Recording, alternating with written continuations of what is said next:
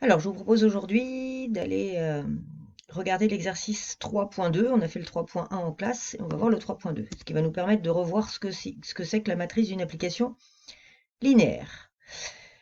Donc, on introduit phi, qui est l'endomorphisme de R3, canoniquement associé à la matrice J. La matrice J, c'est la matrice carré d'ordre 3 dont tous les coefficients valent 1. Donc déjà, cette première phrase-là, on n'a pas eu le temps de voir ce que ça signifiait en classe. C'est dans le poly que je vous ai distribué sur les matrices d'application linéaire. Vous pouvez vous plonger dans ce poly-là. Et je vais vous redéfinir ici ce que c'est que cet endomorphisme-là. Donc je l'explique là. Phi, l'endomorphisme de R3 canoniquement associé à la matrice J, c'est l'endomorphisme de R3 dont la matrice dans la base canonique de R3, c'est J. Alors ici, j'ai qu'une seule base, parce que je vous rappelle que pour un endomorphisme, très souvent, on prend la même base au départ et à l'arrivée. Donc ça signifierait ça en fait. Hein. D'accord? Mais on l'écrit qu'une seule fois, comme pour les matrices carrées d'ordre n, on n'écrit qu'une seule fois le n. Voilà. La base canonique, je rappelle ce que c'est, la base canonique de R3. Alors, on va en profiter pour faire une petite révision. C'est quoi l'endomorphisme phi de R3 dans la matrice, dans la base canonique? C'est cette matrice-là. Comment on lit la matrice? Pardon. Tac.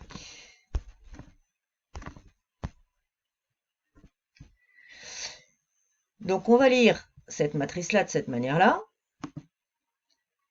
Dans la matrice de phi dans la base canonique, on lit en colonne, toujours. Donc, dans ma première colonne, j'ai les composantes de l'image du premier vecteur de base. Ici, j'ai son image que je vais lire dans la première composante. Enfin, c'est pas son image, c'est les composantes de cette image-là et les composantes dans la même base, puisqu'au départ et à l'arrivée, on a la même base. Donc ici, à l'arrivée, j'ai cette base-là. Donc je lis ma première colonne. Ça signifie que les composantes de ce vecteur-là sont 1, 1, 1 dans cette base-là. Autrement dit, puisque les composantes sont 1, 1, 1, on peut dire que phi de 1, 0, 0, c'est une fois 1, 0, 0, plus une fois 0, 1, 0, plus une fois 0, 0, 1. C'est-à-dire, c'est le vecteur 1, 1, 1.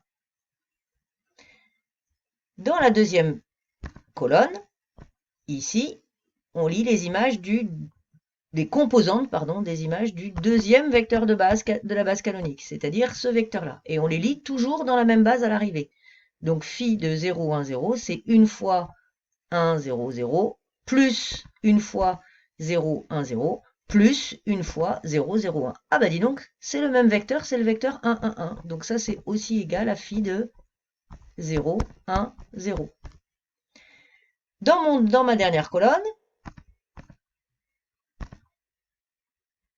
ici, on lit les composantes de l'image du dernier vecteur de la base canonique dans la base canonique à nouveau.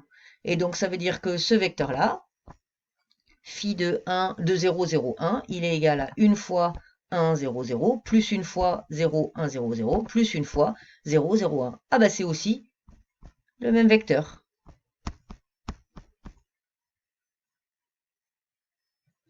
Alors la question qu'on peut se poser maintenant, comment on va faire, puisque normalement phi est entièrement défini par cette matrice-là, comment je fais pour calculer phi d'un vecteur x, y, z? Phi de x, y, z, c'est quoi?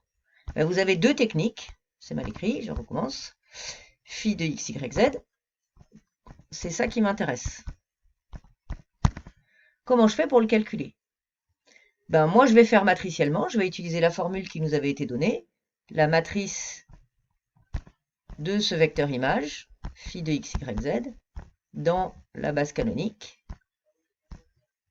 C'est la matrice de phi dans la base canonique, donc celle qui nous est donnée, la matrice M, fois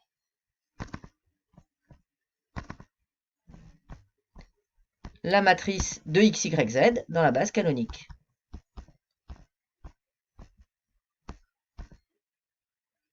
Ce qui me donne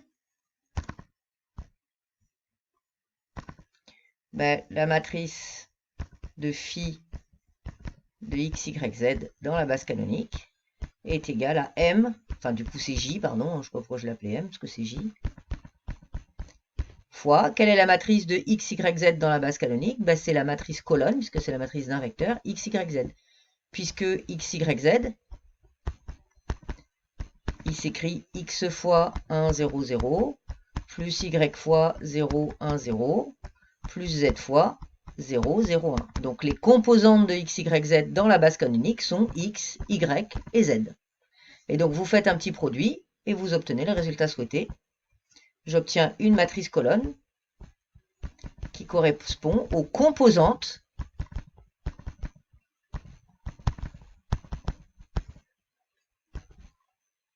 donc vous lisez ici les composantes de phi de x, y, z, toujours dans la base 1, 0, 0, la base canonique. 0, 1, 0, 0, 0, 1. Donc on est capable maintenant d'écrire que phi de x, y, z, c'est du coup x plus y plus z, pardon, tac, fois 1, 0, 0, plus x plus y plus z fois 0, 1, 0, plus x plus y plus z fois 0, 0, 1. Et voilà, on a l'expression de phi de x, y, z, que je peux écrire d'ailleurs comme ça, du coup, en recollant les morceaux, ça fait x plus y plus z sur les trois composantes.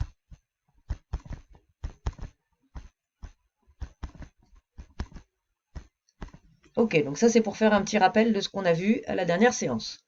Il s'avère qu'en fait on n'a pas forcément besoin d'avoir cette expression-là pour faire la suite de l'exercice. Donc revenons à notre exercice, parce que là du coup je n'ai pas encore débuté l'exercice. Revenons à l'exercice. Donc la première question qui nous est posée, c'est de montrer que le noyau, pas du tout de f mais de phi,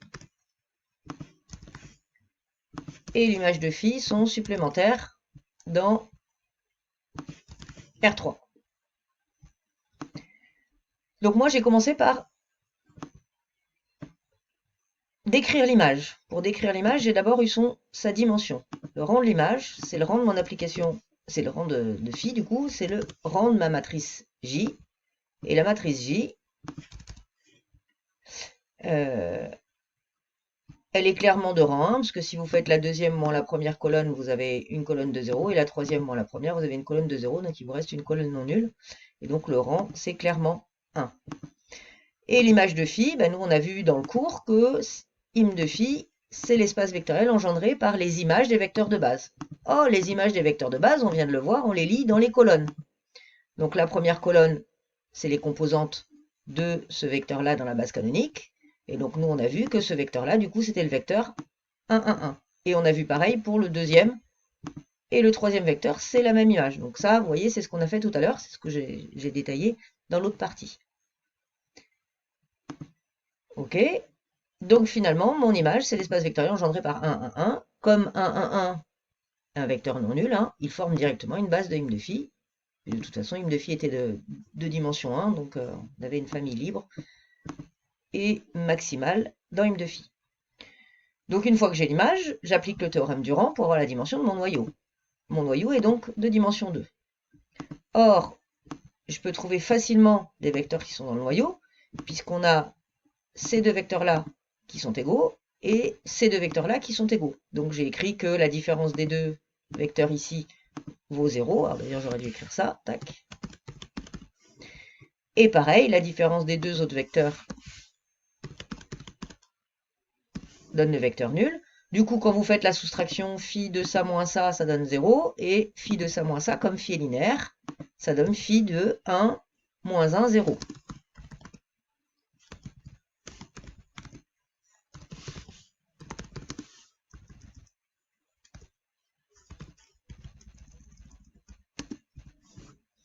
De la même façon, on a phi de 1 moins 1, 0, 1 moins 1, pardon, qui est nul, en utilisant l'autre relation, donc l'autre égalité. Du coup, ben, comme l'image de ce vecteur-là, c'est 0, l'image de ce vecteur-là, c'est 0, on en déduit que ces deux vecteurs sont dans le noyau de phi. Et ils sont clairement non collinéaires,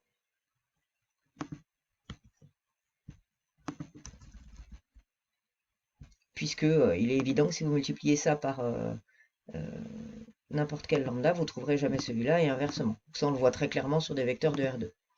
Du coup, ces deux vecteurs-là forment une famille libre du noyau, et ces deux vecteurs, cette famille libre est de cardinal 2, qui est égale à la dimension du noyau, du coup c'est une base du noyau. Moi, je voudrais montrer que mon noyau et mon image sont supplémentaires dans R3. Donc ce que j'ai fait, c'est que j'ai pris les deux bases, je les ai concaténées, donc j'obtiens cette famille-là, famille de 3 vecteurs, et je vais vérifier que cette famille-là est une base de R3. Donc pour ça, j'ai calculé son rang matriciellement. La matrice de B dans la base canonique, c'est cette matrice-là, donc je rappelle comment je remplis. Là, c'est la matrice, c'est la matrice d'une famille de vecteurs dans une base.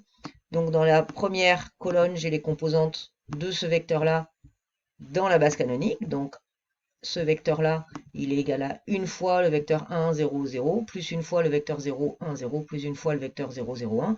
Du coup, j'obtiens 1, 1, 1.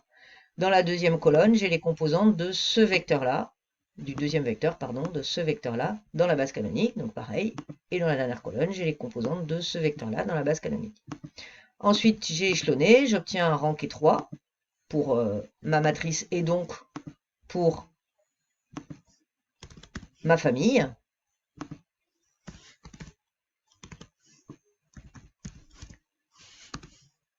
Et j'en déduis que B est une base de R3 et ainsi que mes deux sous-espaces sont supplémentaires dans R3 en utilisant la caractérisation par concaténation de base.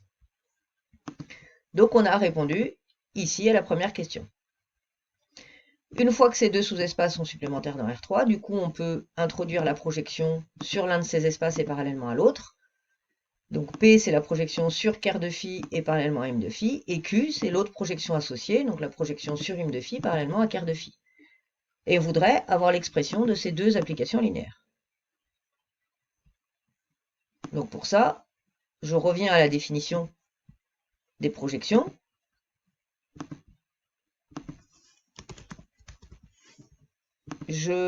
Donc pour avoir l'image de x, y, z, il faut que je décompose x, y, z comme somme d'un vecteur de l'image et d'un vecteur du noyau. Donc je vais chercher à écrire x, y, z sous la forme a fois 1, 1, 1, plus b fois 1, moins 1, 0, plus c fois 0, 1, moins 1, puisque ces vecteurs-là sont dans ker de phi et celui-là dans m de phi. Donc j'ai un petit système du coup qui apparaît, je résous mon système et j'obtiens que A, B et C valent ces quantités-là. Je vous laisse faire la résolution. Hein.